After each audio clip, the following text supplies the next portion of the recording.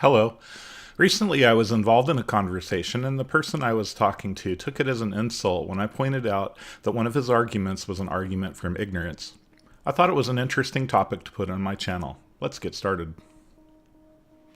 When we use the term argument from ignorance, the intention is not for it to be a personal insult to someone. It is just the term used for a certain type of logical fallacy in an argument. Another term for this fallacy is appeal to ignorance. An argument from ignorance is when someone asserts an argument that something is false if it has not been proven true. The opposite is also an argument from ignorance. Something is true if it has not yet been proven false. An argument from ignorance typically ignores the fact that there are more possibilities than true or false. Other possibilities are that the answer is unknown or may even be unknowable. The use of the word ignorance is referencing the variables of unknown and unknowable and is related specifically to the argument and not the person making the argument. Here's an example. There is no evidence that God exists, therefore he doesn't. You can't prove that God doesn't exist, therefore he doesn't exist. Matthew argues that there is no evidence for God, therefore God doesn't exist. Arlene argues the opposite.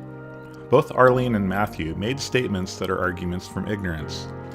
Both of them ignored the fact that the lack of evidence for the existence of God or non-existence of God doesn't prove anything either way, because it still leaves the possibility that we just don't know. I can make an assertion about anything. If I told you that as I am recording this, there is a three-headed green and orange dragon flying by my window, would you accept this statement without evidence? If you can't prove me wrong, does that demonstrate that it actually did occur?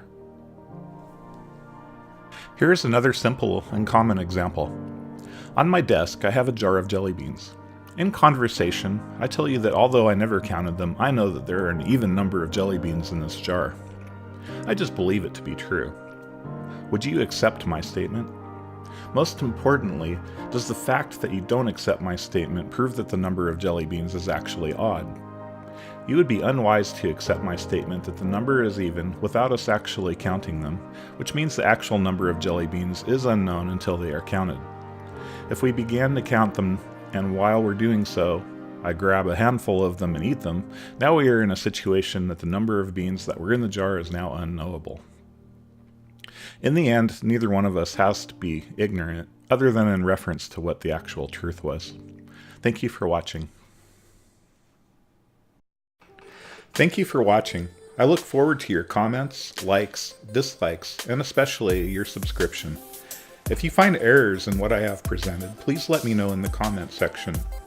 Errors that significantly affect the outcome of the video will result in reproduction or an update video. Minor errors will be published in the description section. The parts of this video not produced by me are used under the Fair Use Act.